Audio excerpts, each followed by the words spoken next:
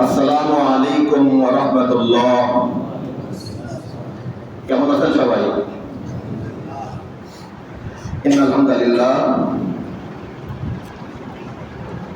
ওয়া ক্বালা তাআলা ফি কালামিহিল মাজিদ ওয়া ফুরকানিহিল হামিদ। আউযু বিল্লাহি মিনাশ শাইতানির রাজীম। বিসমিল্লাহির রাহমানির রাহিম। তাব্বাত ইয়াদা আবি লাহাবি ওয়া তাব। وقال تعالى في آية أخرى وأعدوا لكم ما استطعتم من قوة ومن رباط الخيل ترهبون به. وقال تعالى في آية أخرى ما أنزلنا عليك القرآن لتشقى. وقال تعالى في آية أخرى লাইলাতুল কদরি খায়রুম মিন আলফি শাহর।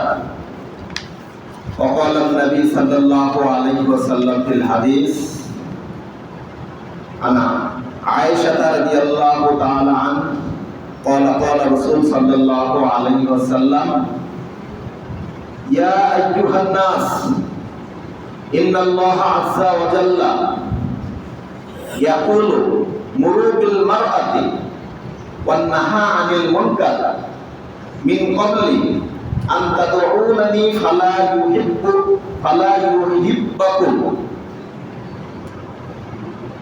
وتسألني فلا أعجبكم وتستنصرني فلا أنصركم. মহান আল্লাহ রাব্বুল আলামিনের লাখ কোটি শুকরিয়া।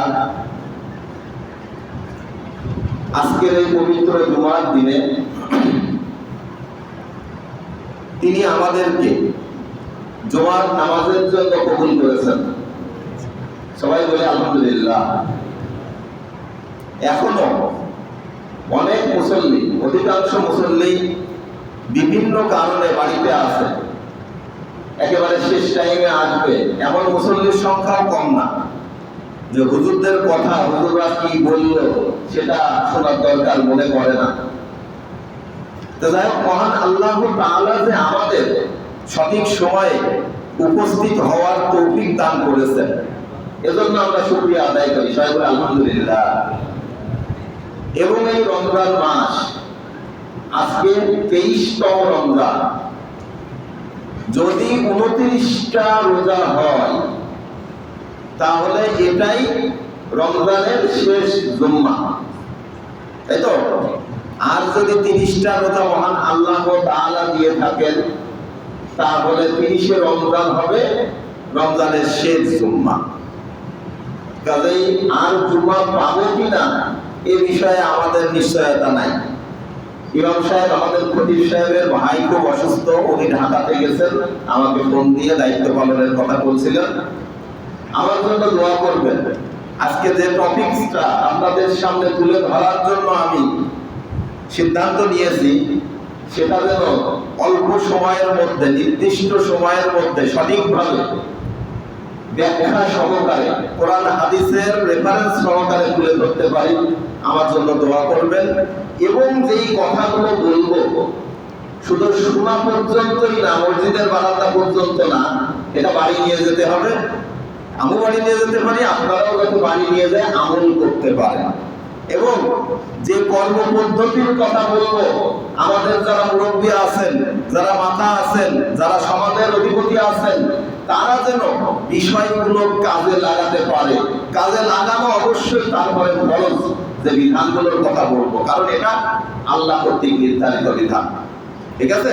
বসে থাকার সময় নাই, আমাদের বসে থাকার সময় নেই। আজকে যে জানাজাটা খাটিয়ায় শুয়ে আছে, পরবর্তীতে আজকে বিকালের মধ্যে আমি ওই খাটিয়ায় উঠবো কিনা তার কোনো গ্যারান্টি নেই, তাই না? একটা মিনিট বসে থাকার সময় নাই আমাদের হাতে।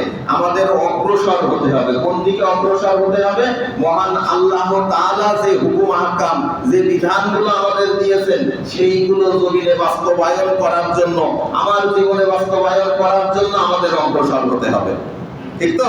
আচ্ছা, ঠিক আছে। তাহলে আমি মূল আলোচনায় যেতে চাচ্ছি, আমার জন্য দোয়া করবেন ইনশাআল্লাহ। প্রথমে আমি যে সূরাতুল লাহাব, পবিত্র কোরআনের 111 নম্বর সূরার একটি আয়াত তেলাওয়াত করেছি। আপনাদের অনেকেরই মুখস্থ, অধিকাংশই মুখস্থ। তাব্বাত ইয়াদা আবি লাহাবিন ওয়া তাব। মহান আল্লাহ তাআলা এখানে বলছেন হুজুর পাক সাল্লাল্লাহু আলাইহি সাল্লামকে পাঠালেন এই সূরা দিয়ে যে ধ্বংস হোক আবু লাহাবের দুই হস্ত, ধ্বংস হোক আবু লাহাবের দুই হস্ত, অথবা কেউ অর্থ করেন ধ্বংস হয়েছে আবু লাহাবের দুই হস্ত। বুঝা গেল? ধ্বংস হোক করা যেতে পারে, ধ্বংস হয়েছে। একটা বিষয় খেয়াল করবেন, এই সূরা নাজিলের 10 বছর পরে আবু জেহেল এই সূরাতে যেভাবে বলা হয়েছে ঠিক ওইভাবেই মৃত্যুবরণ করে। কত বড় ভবিষ্যৎবাণী চিন্তা করে দিয়েছেন।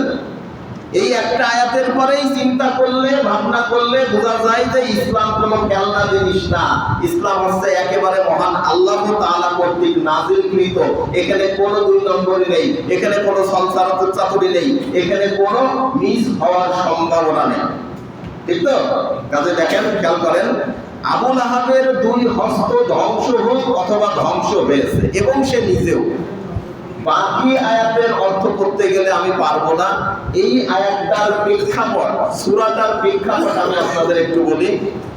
হুজুর পাক সাল্লাল্লাহু আলাইহি সাল্লাম যখন নবুয়ত পাইলেন, নবুয়তের দায়িত্ব আল্লাহ তাআলা দিলেন, কিছুদিন গোপনে দাওয়াত দিতেন।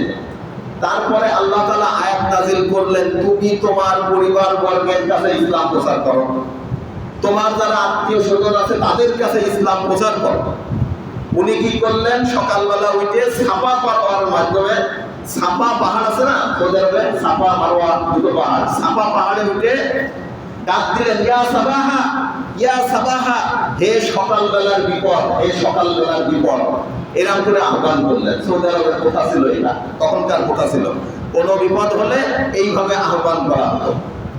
যখন মক্কার কুরাইশের লোকরা, অন্যান্য ধর্মের লোকরা দেখলো কে আহ্বান করছে, যখন দেখছে যে মুহাম্মদ সাল্লাল্লাহু আলাইহি সাল্লাম আহ্বান করছে, সবাই একত্রিত হলো। যে উঠতে পারে না বিছানা থেকে সেও উঠে চলে এসেছে, কারণ মুহাম্মদ কোনোদিন এরকম কাজ করতে পারবে না যেটা ভুল।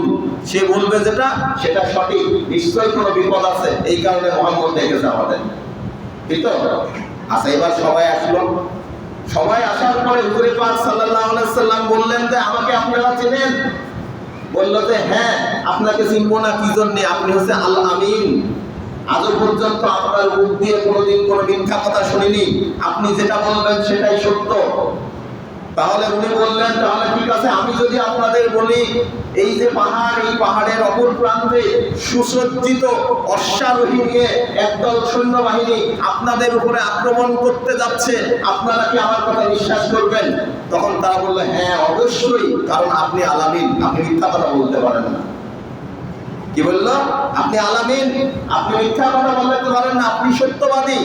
তখন হুজুর পাক সাল্লাল্লাহু আলাইহি সাল্লাম এক আল্লাহ কালেমার দাওয়াত দিলেন তাদেরকে, যে লা ইলাহা ইল্লাল্লাহ, আল্লাহ ছাড়া কারো ইবাদত করা যাবে না, আল্লাহ ভিন্ন অন্য কারো ইবাদত করা যাবে না, অন্য কোনো মাবুদ নেই, আমরা আল্লাহর ইবাদত করি, এবং মুহাম্মদুর রাসূলুল্লাহ সাল্লাল্লাহু আলাইহি সাল্লাম, আমি মুহাম্মদ তোমাদের নবী হিসেবে আসছি, আল্লাহ তাআলা আমাকে প্রেরণ করেছেন।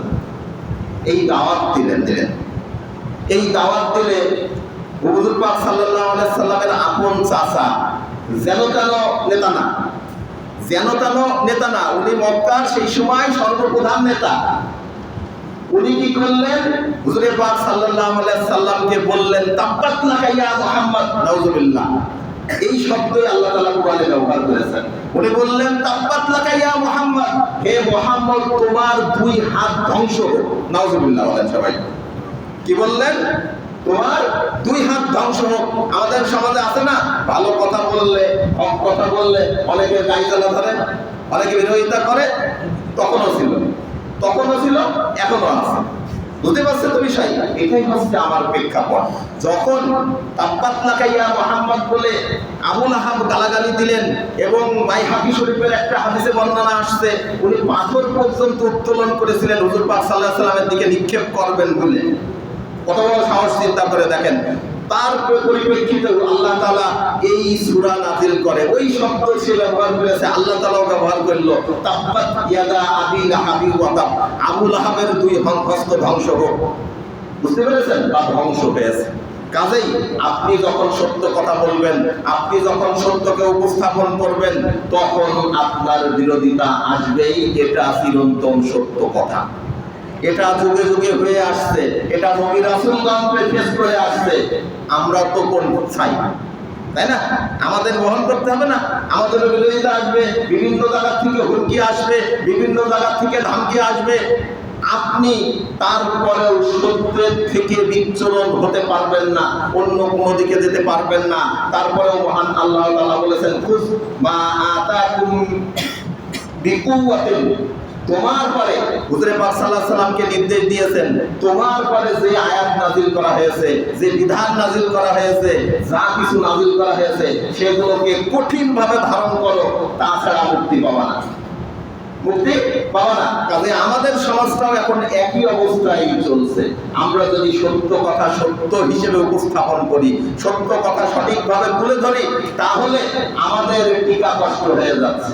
এই মেম্বার থেকে আমাদের নামিয়ে দিচ্ছে, তাই না? বাধা দিচ্ছে। এটা ওই সেই আবু জেহেলের মতোই, আবু লাহাবের মতোই কর্মকাণ্ড।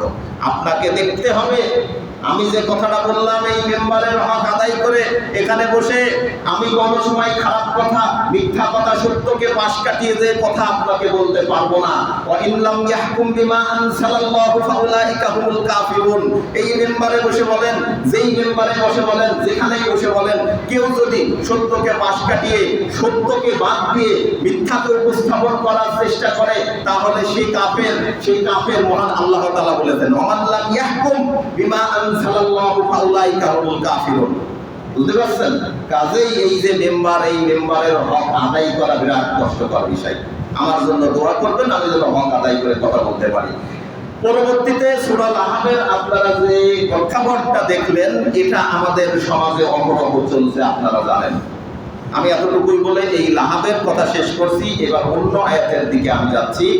মহান আল্লাহ তাআলা পবিত্র কোরআনের আরেকটি আয়াতে বলেছেন, ওয়া'আইদতু লাকুম মাসতাতাতুম মিন কুওয়াতিন ওয়া মিন রিবাতিল খাইলি তুরহিবুনা বিহি।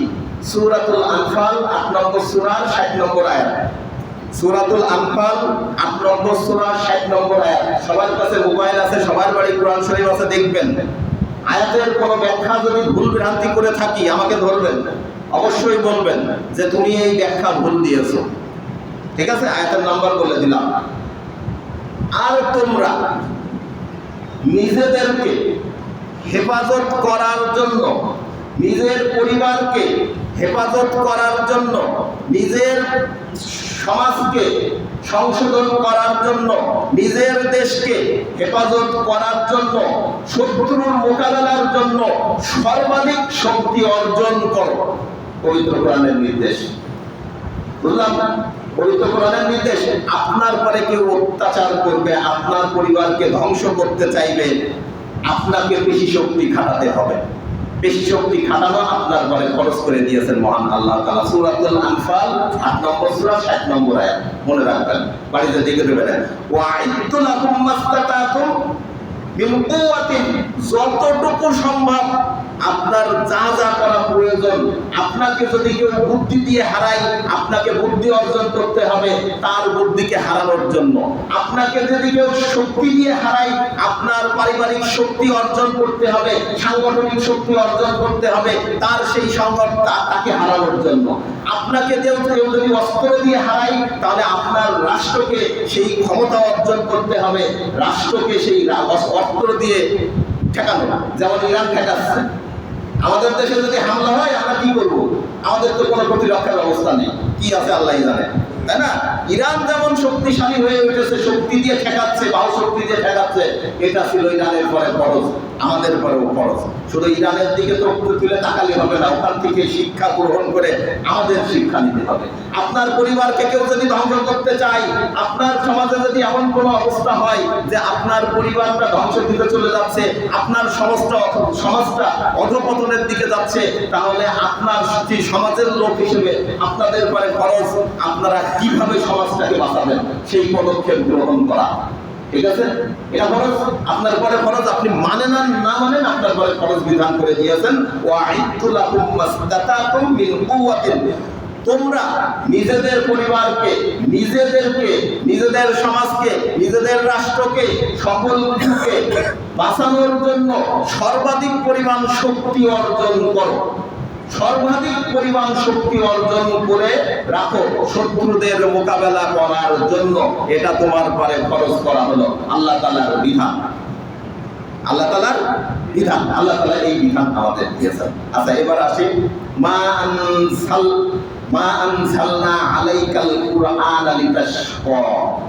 মা আনসালনা আলাইকাল কুরআনা লিতাশকা, আরেকটি আয়াত আপনাদের সামনে আমি পড়ছি। এটা সূরাতুল তাহার 2 নম্বর আয়াত। এটা সূরাতুল তাহার 2 নম্বর আয়াত।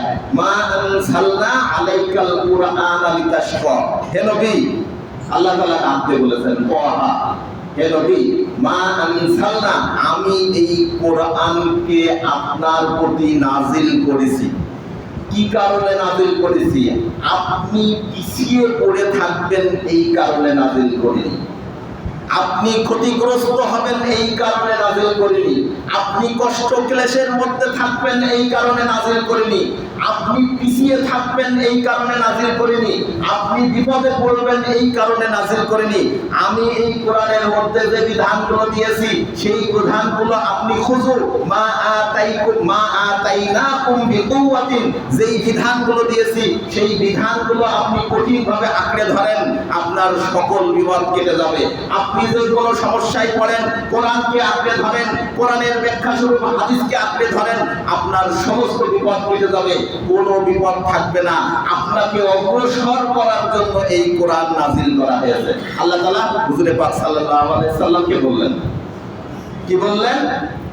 মা আনসালনা আলাইকাল কুরআনা লিতাশকা, আমি এই কোরআন আপনাকে পিছিয়ে থাকার জন্য, আপনার অপমান হওয়ার জন্য, আপনাকে অপদস্থ করার জন্য নাজিল করিনি, আপনাকে অগ্রসর করার জন্য নাজিল করেছি।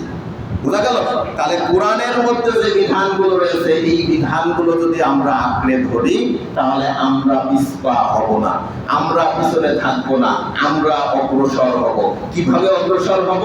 দ্রুত গতিতে মহান আল্লাহ তাআলার বিধান আমরা জমিতে বাস্তবায়ন করতে পারবো। মহান আল্লাহ তাআলার হুকুমকে অনুযায়ী আমরা চলতে পারবো। যে যাই বলে বলুক, যেখান থেকে বেশি শক্তি যে খাটাই খাটুক, আমাদেরও বেশি শক্তি খাটানো খরচ করে দিয়েছে মহান আল্লাহ তাআলা, সেই অনুযায়ী আমরা খাটাবো। এবং আল্লাহ তাআলা যে বিধানগুলো দিয়েছেন, আল্লাহ তাআলা বলেছেন বিসমিল্লাহি কাফা, তোমরা ইসলামের মধ্যে পরিপূর্ণভাবে প্রবেশ করো। একটু ধর্ম একটু বাদ দেব তাহলে হবে না। তাহলে মহান আল্লাহ তাআলা আবার বলেছেন, কি বলেছেন? ওয়ামা ইউমিনু আকসারুহুম বিল্লাহি, ওয়ামা ইউমিনু আকসারুহুম বিল্লাহি ইল্লা ওয়া হুম মুশরিকুন। সূরাতুল ইউসুফ 12 নম্বর সূরার 106 নম্বর আয়াতে মহান আল্লাহ তাআলা কি বলেন দেখেন। আপনি আমি মুমিন না? আমরা মুমিন দাবি করি না, নামাজ পড়ি, 5 ওয়াক্ত নামাজ পড়ি, তাই তো মুমিন দাবি করি। আমরা নামাজ পড়ছি, আমরা রোজা রাখছি, আমরা হজ করছি, আমরা একে অপরের সহযোগিতা করছি, আমরা সকলের সাথে মিলেমিশে চলছি, হালাল ইনকাম করছি। তারপরেও মহান আল্লাহ তাআলা সূরাতুল ইউসুফ 12 নম্বর সূরার 106 নম্বর আয়াতে বলে দিয়েছেন, ওয়ামা ইউমিনু আকসারুহুম বিল্লাহ, তারা অধিকাংশ আল্লাহকে মানে, আল্লাহকে বোঝে, আল্লাহর ইবাদত করে, কিন্তু তাদের মধ্যে ঈমানদার নেই, তাদের মধ্যে ঈমানদার নেই। তারা কি হিসেবে আছে? ইল্লা ওয়া হুম মুশরিকুন, কিন্তু তারা মুশরিক। তারা কি? মুশরিক। এখন আপনি মুশরিক কিনা সেটা আপনার মিলাতে হবে এই কোরআন হাদিস থেকে মিলে। এটা মিলাতে হবে না? এটা মিলাতে হবে। কেন? না মিলালে আপনি হয়ে যাবেন মুশরিক হিসেবে মৃত্যুবরণ করবেন। আমি এই মেম্বারে যদি বসে সঠিক কথা সঠিকভাবে তুলে ধরতে না পারি, আমি মুশরিক হিসেবে মৃত্যুবরণ করব। আমাদের সমাজে আজকে যে লোক ইসলামের প্রত্যেকটা বিধানকে বাস্তবায়ন করার ইচ্ছা মনের মধ্যে না নিয়ে মৃত্যুবরণ করছে, এই আয়াত অনুযায়ী সে মুশরিকের উপরে মৃত্যুবরণ করলো। নাউজুবিল্লাহ বলেন, নাউজুবিল্লাহ। কারণ আমাদের ইসলামের রুজ্জুকে আঁকড়ে ধরতে হবে, তাছাড়া কোনো উপায় নাই। এটা ভিন্ন কোনো উপায় নাই। আসুন আমরা ইসলামকে মান্য করি, ইসলামকে মেনে চলি। আরেকটি ভয়ঙ্কর হাদিস আপনাদের সামনে তেলাওয়াত করছি। আন আয়েশা রাদিয়াল্লাহু তাআলা আনহা ক্বালা রাসূল সাল্লাল্লাহু আলাইহি ওয়াসাল্লাম, ইয়া আইয়ুহান নাস ইন্নাল্লাহা আযজা ওয়া জাল্লা ইয়াকুল মুরু বিল মারআতি ওয়ান নাহা আনিল মুনকার মিন ক্বাবলি আন আনতাদউনি ফালা উজিবুকুম ওয়া তাসআলুনি ফালা উজিবুকুম ওয়া তাস্তানসিরুনি ফালা আনসুরুকুম। হুজুর পাক সাল্লাল্লাহু আলাইহি ওয়াসাল্লাম থেকে আম্মা জান হযরত আয়েশা রাদিয়াল্লাহু তাআলা বর্ণনা করেন, আল্লাহ তাআলা হুজুর পাক সাল্লাল্লাহু আলাইহি ওয়াসাল্লাম বলেন, হে লোক সকল, উনি জনসম্মুখে ভাষণ দিচ্ছিলেন, তখন উনি বললেন, হে লোক সকল, আল্লাহ তাআলা তোমাদেরকে নির্দেশ দিয়েছেন আমরু বিল মারুফ, সৎ কাজের আদেশ দিতে। নির্দেশ দিয়েছেন না? আমরু বিল মারুফ আর নাহি আনিল মুনকার, কোরআনের আয়াত।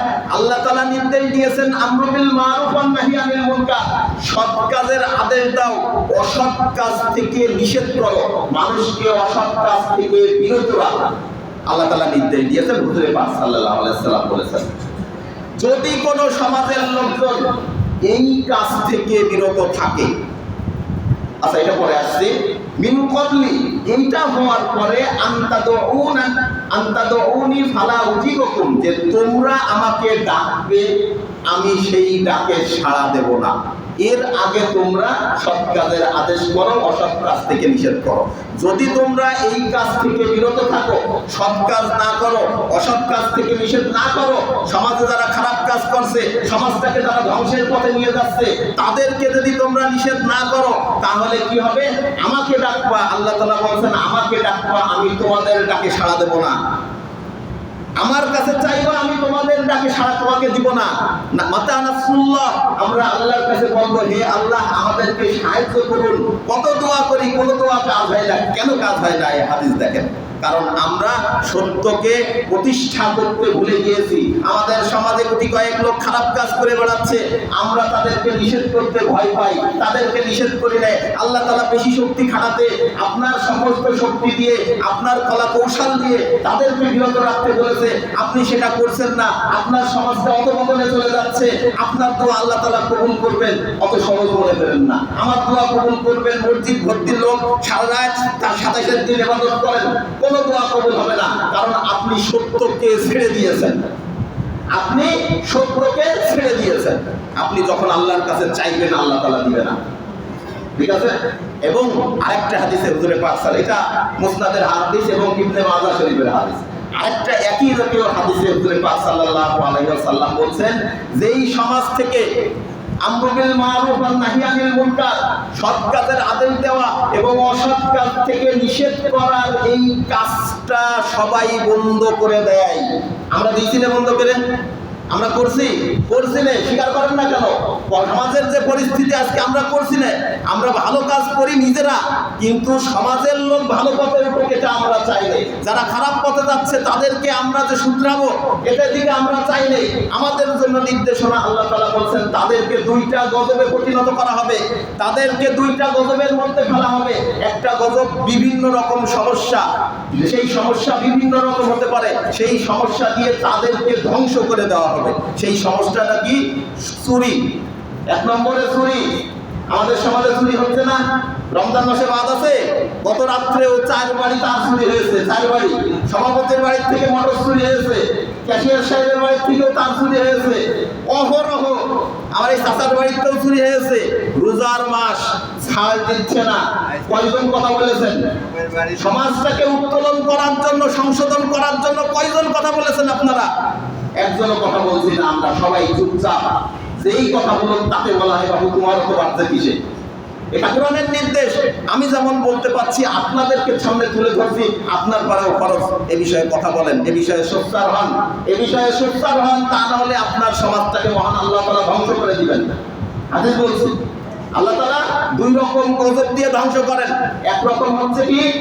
চুরি সমাজে বেড়ে যাবে, জিনা বেড়ে যাবে সমাজে, সমাজে সুদের ব্যবহার বেড়ে যাবে। আমাদের সমাজে অনেকে আছে সুদের ব্যবসা করে না? সুদের ব্যবসা করে না? করে। অনেকেই আছে সুদ খাচ্ছে। এই রমজান মাস হিসেবে তারা ছাড় দিচ্ছে না। রমজান মাসে আপনি যদি একটা রেপ হয়, একটা এলাকায় যদি একটা ধর্ষণ হয়, তাহলে সেটা পেপার পত্রিকায় কত কিছু আছে। অথচ হুজুর পাক সাল্লাল্লাহু আলাইহি সাল্লাম বলেছেন, যেই ব্যক্তি সুদ খাবে সেই ব্যক্তি যদি 4 আনা পরিমাণ সুদ খায় কেউ, তাহলে নিজের মায়ের সাথে 39 বার জিনা করার সমান অপরাধ। সবাই বলেন আলহামদুলিল্লাহ। আমরা কথা বলছি, আমরা কোনো কথা বলছি না। আমাদের সমাজে এমন অনেক লোক আছে, অনেক ফ্যামিলি আছে যারা নিয়মিত নিজের স্ত্রীকে তালাক দিচ্ছে, আবার ওই স্ত্রীর সাথে সংসার করছে। আমাদের সমাজে আছে। আল্লাহ তাআলা বলেছেন ওটা জিনা। ওই জিনা যেই সমাজে চলবে সেই সমাজ কখনো উন্নতি সাধন করতে পারবে না, ওই সমাজ কখনো উঠে দাঁড়াতে পারবে না। ওই সমাজে মহান আল্লাহ তাআলার গজব নাজিল হবে, যেটা আমাদের সমাজে আজ নাজিল হচ্ছে। বাস্তব চোখে দেখা রমজান মাস, তাতে কি হয়েছে? প্রতিটা দিন আপনাদের এলাকায় চুরি হচ্ছে। আজকে আপনি বসে আছেন, আমার বাড়ি তো হয়নি, ওর বাড়ি হয়েছে, কালকে আপনার বাড়ি যখন হবে তখন আপনি কি করবেন? কথা আসতে পারে না? এই বিষয়ে আমাদের অগ্রসর হওয়া দরকার। বড় বড় মাথা নিয়ে যারা বসে আছেন, চেয়ার দখল করে যারা বসে আছেন, আপনারা একটু অগ্রসর হন। আমাদের সমাজের যুবকরা, ভালো ভালো যুবকরা কান্নাকাটি করছে। আমাদের সমাজটা কোন দিকে যাচ্ছে আমরা কোনো কথা বলতে পারছি না। কেন? এটা আপনাদের সহযোগিতা দরকার। আপনাদের সহযোগিতা না করলে মহান আল্লাহ তাআলা বলেছেন, আপনার এলাকাকে, আপনার পরিবারকে, পারকে যেখানে রক্ষা করার দরকার, যেই পদ্ধতিতে রক্ষা করার দরকার, সেই রকম কৌশল অবলম্বন করা আপনার পরে খরচ করে দিয়েছেন। আপনি সেই খরচ বিধান মানছেন না। আপনি যেহেতু খরচ বিধান মানছেন না, এইবার আল্লাহ তাআলা আমাদের সমাজের পরে 2 রকম গজব নাজিল করে দিয়েছেন। একটা কি? চুরি, খুন, খারাপি, ধর্ষণ, জুয়া, বিভিন্ন রকম অপকর্ম, নেশা। নেশা একটা বড় জিনিস। এই নেশা এমন ভাবে সয়লাভ হয়ে রয়েছে আমাদের সমাজে। আজকে 6-7 এর ছেলেপেলেগুলো নেশার দ্বারা আক্রান্ত। 9-10 এর ছেলেপেলেরা নেশার ব্যবসা করছে আমাদের সমাজে। কেউ কোনো কথা বলছি না আমরা। কেন কথা বলছি না? আমাদের কি ক্ষমতা নেই কথা বলার? আমরা একটা কমিটি করতে পারি, কমিটি করে আমরা তাদেরকে নিষেধ করতে পারি, আমরা আদার রাখতে পারি। বাইরের থেকে লোক এসে আমাদের সমাজের মধ্যে নেশা করে যাচ্ছে, খারাপ কাজ করে যাচ্ছে, চুরি করে যাচ্ছে, আমাদের সমাজের লোকজনের শেল্টারে বাইরের থেকে লোক এসে শেল্টারদের কাজ করতে পারবে না। আমাদের যদি কেউ শেল্টার না দেয়, শেল্টারে কাজ করে যাচ্ছে, অথচ আমরা কোনো কথা বলছি না। কবে কথা বলবেন আপনারা? কবে কথা বলবো আমরা? কাজেই একরকম বুঝতে পারছেন, 2 রকম। দ্বিতীয় রকম গজব যেটা, আমাদের মাথার উপরে এমন শাসক নির্বাচন করে দেবেন, এমন অত্যাচারী শাসক নির্বাচন করে দেবেন, এমন খামখেয়ালি মার্কা শাসক নির্বাচন করে দেবেন, তারা আপনি কুল্লাই গেলেন, কোথায় গেলেন, কিভাবে গেলেন, আপনার কোনো খোঁজ খবর রাখবে না। তারা নিজেদের আখের গুছাতে ব্যস্ত থাকবে, তারা নিজেদের মাল পকেটে ঢুকানোর ব্যস্ত থাকবে। তারা কোনো সময় আপনার দিকে ফিরে তাকাবে না। তারা বিদেশে বাড়ি বানাবে, বিদেশে বাড়ি বানায় কিছু হলে বিদেশে বলানোর চেষ্টা করবে। অত্যাচারী শাসক আপনাদের পরে দিয়ে দেবে। 2টাই বিদ্যমান আমাদের। 2টাই বিদ্যমান। কেন? কারণ আপনি সৎ কাজের আদেশ দেওয়া ছেড়ে দিয়েছেন। আপনার ক্ষমতা আছে, আপনি সৎ কাজের আদেশ 2-1টা দিলেও অসৎ কাজ থেকে কাউকে নিষেধ করছেন না। এটা হচ্ছে কারণ। বুঝতে পারলাম? এটা হচ্ছে কারণ, মূল কারণ। এই কারণে আমরা আজ পদদলিত। আল্লাহ তাআলার গজব আসবে, আরো আসবে। কথা বলেন, কথা বলা শুরু করেন, চেষ্টা করেন সমাজ থেকে দূর করার জন্য। যত রকম অকাম আছে, যত রকম খারাপ কি আছে, আপনারা বসে 10টা মহিলার 10টা মাথা যদি একসাথে একটা কমিটি গঠন করেন, কমিটি গঠন করে সমাজে পাহারা দেওয়ার ব্যবস্থা করেন, কিছু অর্থনৈতিক সমস্যা হবে, কিন্তু সমাজটা ভালো থাকবে। আপনার সমাজ থেকে নেশা দূর হয়ে যাবে, আপনার সমাজ থেকে চুরি দূর হয়ে যাবে, আপনার সমাজটা ইসলামিক সমাজে পরিণত হবে। এটা করা আপনার জন্য ফরজ। এই মেম্বার থেকে আমি বলে গেলাম, কোরআন এবং হাদিসের বাইরে একটা কথাও বলছি না। যদি কেউ ভুল প্রমাণ করতে পারেন আমাকে বলবেন, আমি আর কোনোদিন এই মেম্বারের উপরে কথা বলবো না। কারণ আমাকেও তো এই সমাজে বাস করতে হয়। আমি দেখতে পাচ্ছি আমার সন্তান আজকে নেশার সাথে জড়িত নেই, অনুমতির সন্তান নেই, আরেকজনের সন্তান আসে, কিন্তু কাউকে ওটা আমার ঘরে ঢুকবে না, এমন কোনো গ্যারান্টি আছে? এমন কোনো গ্যারান্টি আছে? কোনো গ্যারান্টি নেই। এই কারণে আমাদের এখনই সোচ্চার হতে হবে, এখনই সোচ্চার হতে হবে। আরেকটা হাদিস বলে শেষ করবো, 20-এর মধ্যে আমার টাইম দেওয়া হয়েছে। মান মাতা, যে ব্যক্তি মরে গেল, ওয়ালাম ইয়াকযু, এবং তার মধ্যে মহান আল্লাহ তাআলার বিধানকে জমিনে প্রতিষ্ঠা করার যে আইন কানুন দিয়েছে সেইগুলো প্রতিষ্ঠা করার কোনো আগ্রহ ছিল না, যে ব্যক্তি মরে গেল অমানিয়াজু এবং তার মধ্যে মহান আল্লাহ তাআলার বিধানকে জমিনে প্রতিষ্ঠা করার, সত্যকে প্রতিষ্ঠা করার, বেশি শক্তি খাটানোর কোন প্রকার ইচ্ছা তার মধ্যে ছিল না। ওয়ালাম ইউহাদ্দিস নাফসাহু বিল গজওয়া, এবং তার মনে কোনো আকাঙ্ক্ষা ছিল না। কোনো খারাপ কাজ হলে সে নিষেধ করত না, কোনো ভালো কাজের সে সমর্থন করত না। মাতা আলা শুবাতিন মিনান নিফাক, সে নেফাকের উপরে, সে মুনাফিকের উপরে মৃত্যুবরণ করলো। আপনি যতই নামাজ পড়েন, যতই রোজা রাখেন, যতবার হজ করেন, যাই করেন না কেন, আপনার মৃত্যুটা হবে নেফাকের উপরে। সমাজটাকে পরিবর্তন করতে হবে। সমাজটাকে পরিবর্তন করে সমাজটাকে সুন্দর সমাজে গড়ার জন্য আপনাকে অগ্রসর হতে হবে। ইসলামে একটা কথা আছে, অনেকবার বলেছি, আবার বলছি, নিজের সরকারি নিজে তেল দাও, অপরের সরকারি তেল দিতে আসো কেন না? এটা ইসলামিক পদ্ধতি না। ইসলামিক পদ্ধতি আমার সরকারি তো আমি তেল দেবো, আপনার সরকারিও তেল দিয়ে আল্লাহ তাআলা আমার ঘরে খরচ করে দিয়েছেন। প্রতিটা জিনিস আকিমুস সালাহ, আকিমুদ্দিন আল্লাহ তাআলা প্রতিষ্ঠা করতে বলেছেন। কি ভাবে প্রতিষ্ঠা করতে বলেছেন? নিজে আদায় করো, অপরকে দিয়ে আদায় করাও। তোমার সমাজটাকে সংশোধন করো, তোমার সমাজকে বাঁচাও, তোমার পরিবারকে বাঁচাও, সবাইকে বাঁচাও। কু আনফুসাকুম ওয়া আহলিকুম নারা, ইয়া আইয়ুহাল্লাযীনা আমানু কু আনফুসাকুম ওয়া আহলিকুম নারা, হে ঈমানদারগণ, তুমি তোমার পরিবারকে, তোমার সমাজকে, তোমার দেশকে, তোমার রাষ্ট্রকে, সকলকে আগুন থেকে বাঁচাও। আহলিকুম নারা, মহান আল্লাহ তাআলা যে আগুন সৃষ্টি করেছেন, জাহান্নামের আগুন থেকে বাঁচাও, এটা আপনার পরে ফরজ। এই ফরজ বিধান থেকে আমরা দূরে সরে যাচ্ছি। দূরে সরে গেলে হবে না, আমাদেরকে মানতে হবে, আমাদেরকে এই বিধানগুলো বাস্তবায়ন করতে হবে জমিনে। তাছাড়া আমরা কখনোই মুক্তি পাবো না। আমরা যে হাদিস অনুযায়ী মারা গেলাম, অথচ আমার মনের মধ্যে কোনো আকাঙ্ক্ষা ছিল না। যতই আমি তাসবিহ করি, যতই নামাজ পড়ি, যতই রোজা রাখি, যতই হজ করি, আমার মৃত্যুটা মুশরিকের সাথে হবে। আর মুশরিক কখনো জান্নাতে যাবে না। মুশরিক কখনো জান্নাতে যাবে না, স্পষ্ট লিখে রাখেন। এখন আরেকটা মহান আল্লাহ তাআলা যেটা বললো যে আমাদেরকে আমাদের সমাজ সংশোধন করার জন্য আমাদের বেশি শক্তি অর্জন করতে হবে। আপনার যে বুদ্ধি আছে সেই বুদ্ধিটা খাটাতে হবে।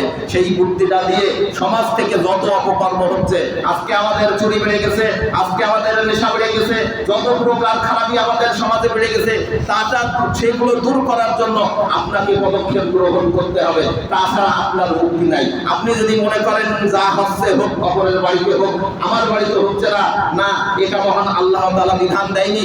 আমাদের সমাজে গুটি কয়েক লোক খারাপ কাজ করছে, আমরা কি তার কাছে যেয়ে বলতে পারি না?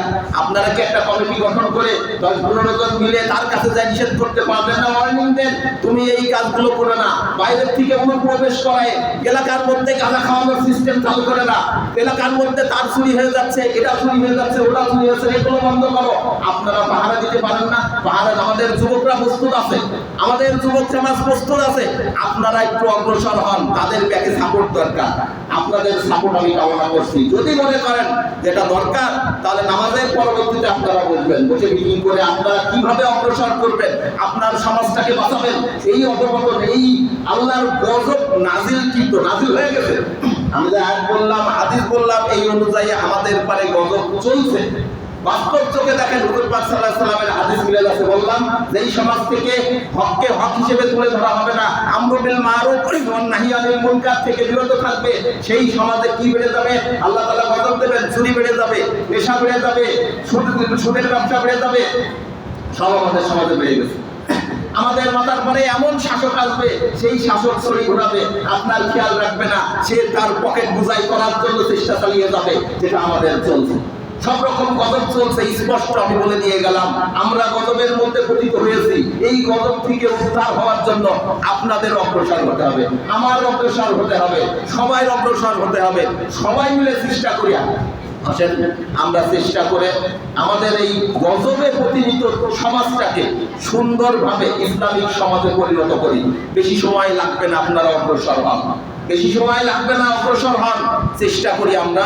মহান আল্লাহ তাআলা আমাদের তৌফিক দান করুক। আরেকটি আয়াত আমি বলেছিলাম, যেহেতু আমাদের সামনে আগামী সোমবার দিবাগত রাত্রে লাইলাতুল কদর, লাইলাতুল কদরে খায়রুম মিন আলফি শাহর, এমন একটা রাত যেই রাত 1,000,000 মাসের চাইতে উত্তম, মানে 1000 মাস হিসেব করলে, ক্যালকুলেশন করলে 84 বছর 4 মাস মতো হয়। এক রাত যদি ইবাদত করা যায় তাহলে 84 বছর 4 মাস ইবাদত করার সওয়াব আপনি পেতে পারেন। সেই রাতটা 21-এর দিন চলে গেছে কিনা আমরা জানি না, কত রাত 23-এর দিন চলে গেছে কিনা আমরা জানি না, 25-এর দিন আছে সামনে, 27-এর দিন আছে সামনে, 29-এর দিন আছে সামনে, এখনো 3টা দিন আছে আমাদের। আমরা চেষ্টা করতে পারি না এই 3টা দিন বেশি বেশি ইবাদত করতে? অবশ্যই ইবাদত করব। ইবাদত করে আমরা কি করব? মহান আল্লাহ তাআলার কাছে রাজি খুশি করব এবং খালেস দিলে তওবা করব। হে আল্লাহ, আমরা যে পিছিয়ে ছিলাম, তোমার হুকুম জানতাম না, তুমি যে বেশি শক্তি খাটাতে বলেছো তোমার হুকুম বাস্তবায়ন করার জন্য, এটা জানতাম না।